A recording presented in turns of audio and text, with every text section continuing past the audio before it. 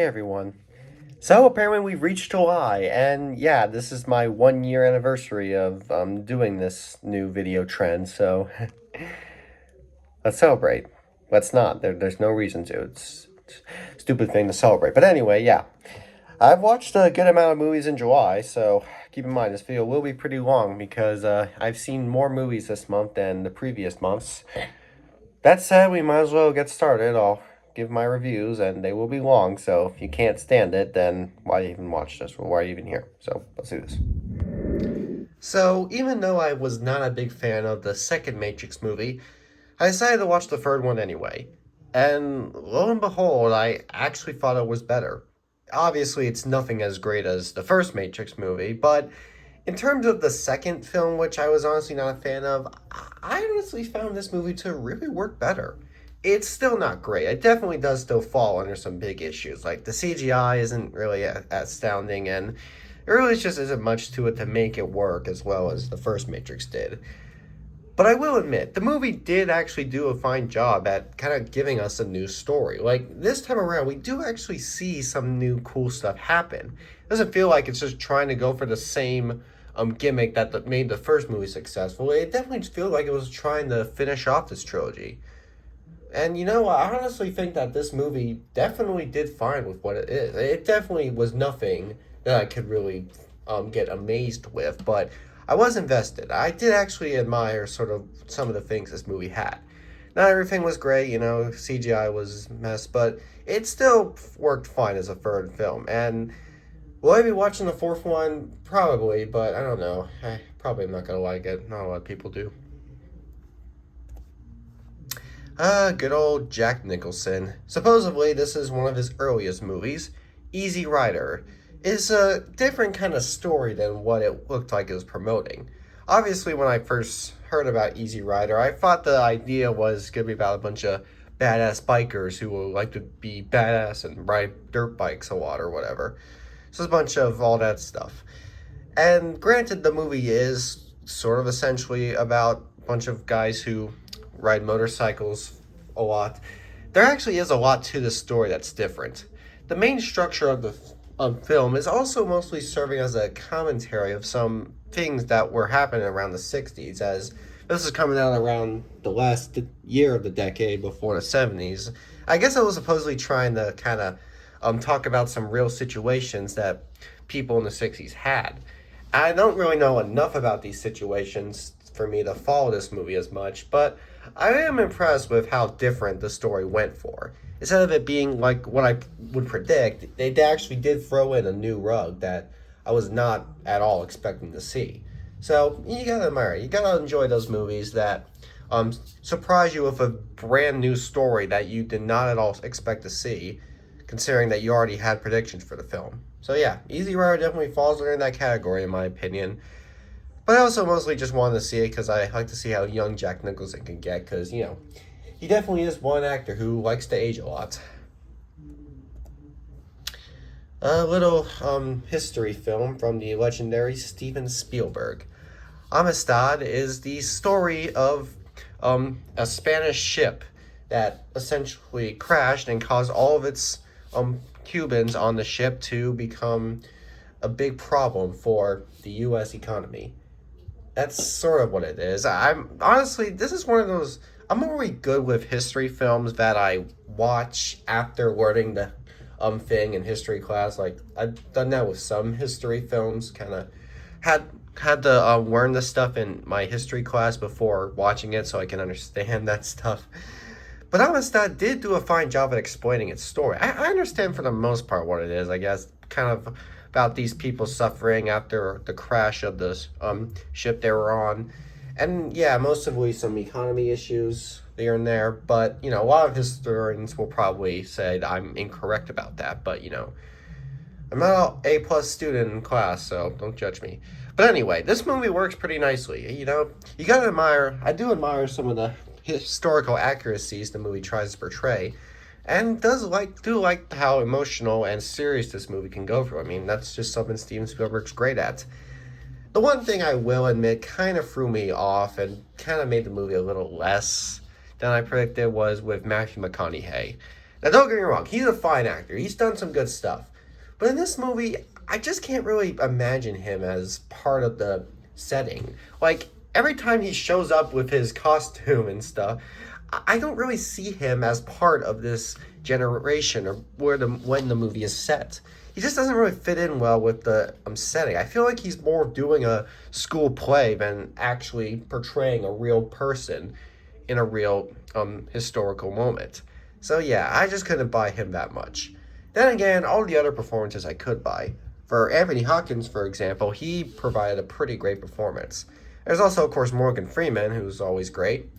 So yeah, the movie is definitely worth a watch if you're into these kind of historical films. And yeah, it's Steven Spielberg, so, definitely gotta watch all of his stuff. Cannot miss a single one of his films. I see Harrison Ford's face, I click. Working Girl is not exactly the kind of movie I was going for. My big issue is that Harrison Ford takes up this poster. I mean, you see his face. He's like one of the big things I was going for this movie, and yet he doesn't even show up until like the closer to the middle. So that part I was disappointed with. But regardless, this main story that we have focusing on is still pretty good as well. The main focus is with a girl who works. It mostly has to do with big financial issues and sort of the problems this one woman has when she's at her job, sort of the people she's up against and sort of the things she struggles with when she's on the job. That kind of adult grown-up stuff. I do like some things to it though. Even though Harrison Ford doesn't show up for a majority of the film at first, when he does show up, he definitely does provide a good character. He's always good at kind of being himself and giving a great performance. Some of the female actresses are great too, like Sigourney Weaver plays a pretty good antagonist in the movie, and Elaine Griffin, she's not an actress I know entirely of, but I can still be fine seeing, so, even if I don't recognize the actress entirely, at least I can buy her performance and not think, oh, I can't buy this performance because I don't know her. No, I think all the performances are good, and the movie does sort of have its roots, even though it's just, a fine, simple, really interesting and nice, fun 80s work film, sort of. You might enjoy it. If you enjoy watching Harrison Ford and stuff, this film is definitely worth watching, and, if you just want to see a good 80s film about social life, then you could check this out. I don't know. Tom Hanks. He has appeared in a lot of great stuff. Road to Perdition is probably one of the best I've seen of him in a while. This movie revolves around Hanks as a very busy man, a man who's got a lot of stuff to deal with, a lot of scary stuff, as he has to bring his son along to do all that stuff. Essentially, that's the whole idea of the movie. Him having to go on this big adventure that involves killing people or trying to survive getting killed, and he brings his son along like it's just a fun little road trip. I think that's what makes this movie so great to me, how it turns one of those simple crime stories and gives it a cool new twist. Those are the kind of movies that I really love to see, the ones that give a twist on a simple crime movie, one that doesn't go for the cliche route of there's crime happening and we gotta stop it. No, there's actually a cool new thing involving to it. And for this movie, it's the fact that he has to bring his son for the whole thing, where sometimes he'll help, other times they're just bonding, or he's just being the kid on the road. So yeah, it's fun to see that. It's fun to see how much interaction these two can have. I really do believe that they're both related. I mean, they're obviously not, but with the connections these two share in this movie, it's pretty wholesome knowing that this guy is so crazy intense, and yet he still is cool with bringing his son along and letting him be the son he is. The movie is an emotional film. It's intense. Can sometimes make some people cry. I got a little emotional during closer to the end, but still, the movie is definitely worth watching. I think Tom Hanks provides a great performance in this, and the overall structure the movie went for really does amuse me. Yep, this is funny to think about. Deadpool and Wolverine is coming out soon, and yet I still have not watched the second Deadpool movie. I've obviously already seen Deadpool, like when I was 13, so that's a problem. But I haven't checked out Deadpool 2 yet. I was hesitant, and the time was running out, so finally I checked it out. And I just think it's about as funny as the first Deadpool is. Yeah, in all due respect, I really don't think these Deadpool movies are anything as serious as some of Marvel's other works. Like, the MCU or Spider-Man movies, which do go for a serious route, I don't compare with this. I think Deadpool 2 is just the comedic character for Marvel. He's like Marvel's comedy relief. I mean, I know Marvel has a bunch of comic reliefs, but in terms of which one's there to make a movie that has nothing you really need to take seriously for, it's Deadpool. Yeah, he essentially is just a comedic. He's all sorts of fun. Every joke he makes definitely gets a laugh out of me. And yeah, that's what makes this movie work about as great as the first one did. Its ability to be pretty hilarious, you know? There's action, there's some emotions, but for the most part, I'm just there to see Deadpool be as self-centered and break the fourth wall and just be as crazy as he can be, you know? I'm just there to see him make me laugh. That's what made Deadpool Wolverine so anticipating. I was ready to laugh a lot. So yeah, that's what I gotta get from this movie. I don't know why I waited this long to watch it, but at least I did watch it, so, you know, better been waiting than never, I guess. That's usually what I say. From the mind of one of the other great directors, Tim Burton, we have Big Eyes. This film revolving around a woman who paints a lot and essentially gets the inspiration for big eyes. It's Tim Burton, you know. When you're watching a Tim Burton movie, you're not expecting much other than something that'll be wacky, gothic, or just a wacky, gothic adventure. And Tim Burton definitely provides that a lot. This movie, which one does it fall under? Is it wacky or gothic? Or is it both? I think it's sort of more of a wacky turn. The film mostly has a bunch of crazy set designs and film cinematography to it, which definitely does give the Tim Burton vibe to it. And yeah, the overall idea about a girl obsessed with her drawings that involve big eyes is kind of ridiculous of a story, but knowing Tim Burton, he's able to make something that doesn't seem interesting look more interesting than it is. And the movie definitely is pretty mature at that. I think this is probably one of Tim Burton's more mature films. Like, instead of just showing off a bunch of silly, crazy stuff like Beetlejuice, Batman, or some of his other work, it does have a serious story that people will actually look at and be like, interesting, yes.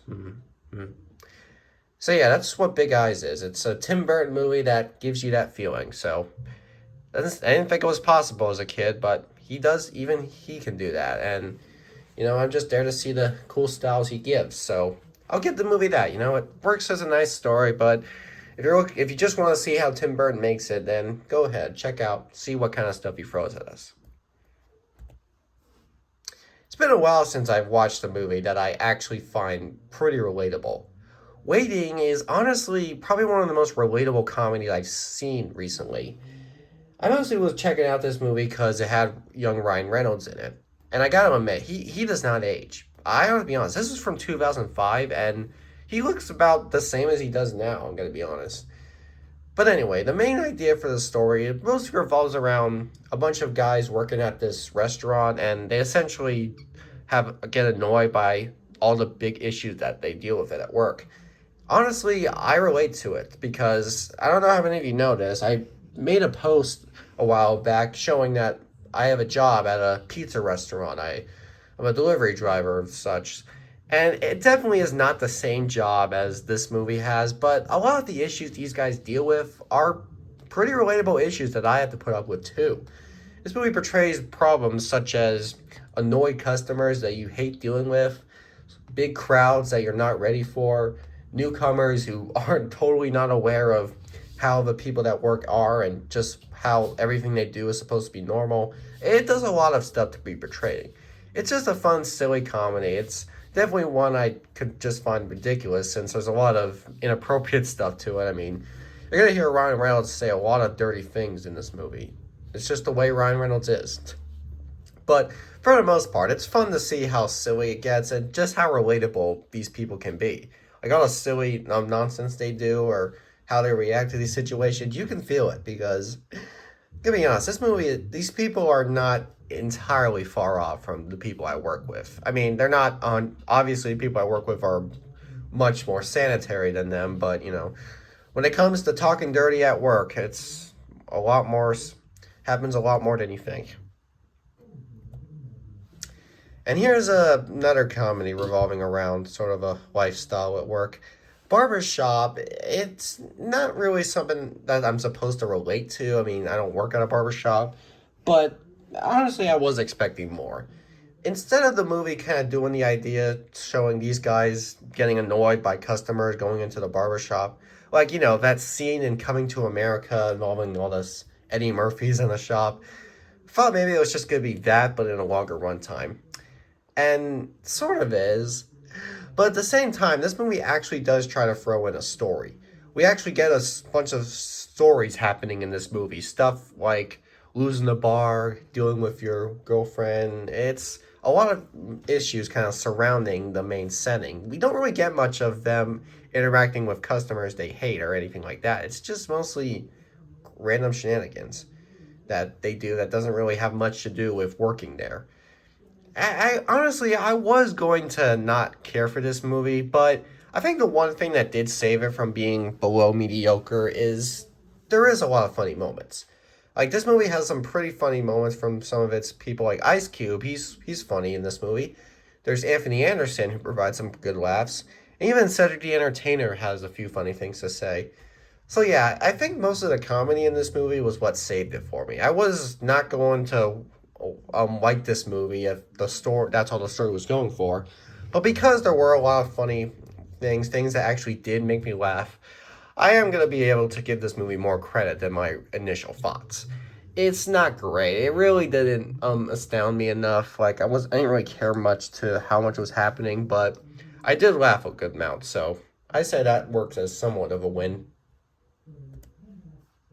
And here's another franchise I gotta catch up with soon before the next one comes out. Alien Romulus is coming out this month, so I definitely had to make sure I was done with the franchise. I've seen every Alien movie except for the last one to come out, Alien Covenant. So now I watched it, and I mean, it's not the worst Alien movie. I still do think that Alien 3 and 4 were the worst, but what is it about this movie I just didn't think was great? Well, there were a few things holding it back.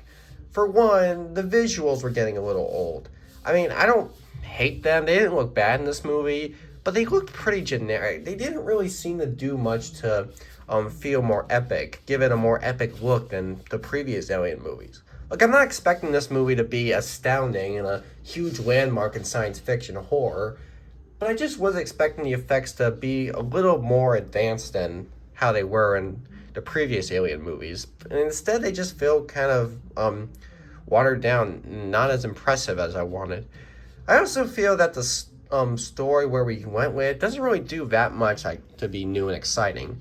I mean, I get the whole franchise is just supposed to be about terrifying aliens. I'm not like I know they don't want to do too much new things, but I was getting too much reminding of the previous one, Prometheus. Prometheus, that's how you pronounce it. I just didn't feel this movie impressed me enough because I guess Prometheus did a lot of the things that this movie was doing. And then maybe that's just how I viewed it. Overall, I still did enjoy what the movie had. It did still work in some ways. I mean, while the effects weren't great, they were still passable. They were definitely better than how they were in Alien 3, I'll admit. And I do kind of like some of the intense stuff this movie has. I just was kind of hoping for a little more new stuff. Maybe I was just too hyped to see new things that, because I didn't get to see a lot of new stuff this movie, I guess that's just what made it not as great in my opinion. But, you know, it's still fine, you know. If you're an Alien fan, you might as well check it out. So, another crazy action film from Michael Bay. This is The Rock. And not to be confused with The Rock you may be thinking of, this film revolves around a prison facility called The Rock, and it focuses sort of on some guys trying to save it from becoming destroyed and doing criminals, action, explosions. That's what I get out of this movie, okay? I'm sorry, but every time I watch a Michael Bay movie, all I can really say out of it is explosions, Nicolas Cage, and characters being manly.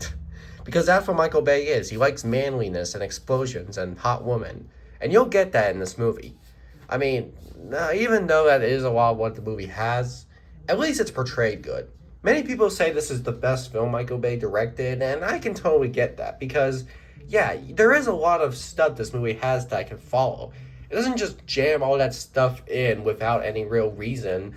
No, there actually is a good story to follow here. And the performances are pretty great too. I mean, Nicolas Cage, you mostly would watch him with not much seriousness, but this is one movie where he actually does portray a pretty serious role, and I actually do find him to be a great actor. I know some people like to make fun of how campy he can be, but I actually think he provides a great performance in this movie.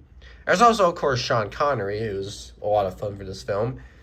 And even though some moments weren't needed and some things were a little off-putting, the film still worked fine. And it definitely is still a pretty good film. I definitely will say it probably is the best film I've seen from Michael Bay, but then again, there's not too much of Michael Bay I've seen, so it's a good action film. If you like action movies, you might like this. It's definitely worth watching. It's probably not going to be a top 10 of great action movies, but it does still work pretty nicely. I love me some good old crime. Natural Born Killers. I was going into this movie because I love to see how bad people can get. I'm not saying I love being a criminal, but I love those movies that have the main characters be bad people, people that are all about doing crime or even killing people. And that's exactly what this movie is. It's about a guy who's on a big killing spree. And yeah, it's fun to watch. A little bit, though. The main thing about this movie that's interesting is the way it's filmed. There's a lot of the shots in this movie are made in differently. Like, there's some shots that are black and white, others that have an awkward camera angle, and it's a very weird editing style. Like, the film was not directed. I think it was either produced or written.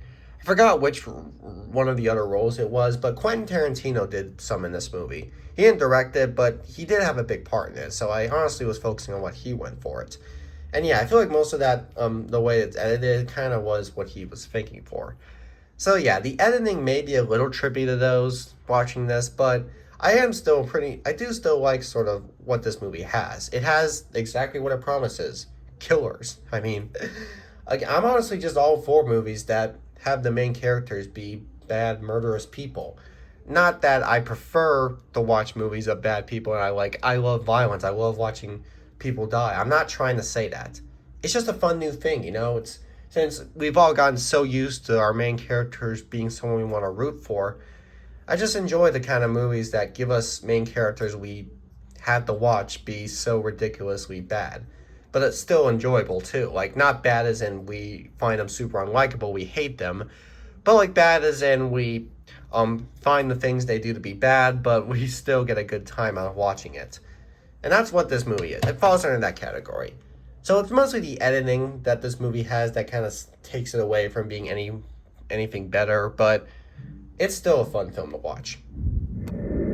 Yeah, I honestly thought this would be a lot longer of a video, so I guess it's a good thing for you people that this video isn't as long as I thought, so should I maybe spend some of the rest of the time I thought I would have talking about other things? Well, I could, but screw it, I'm tired. I got a lot going on this weekend, so I'm just gonna leave.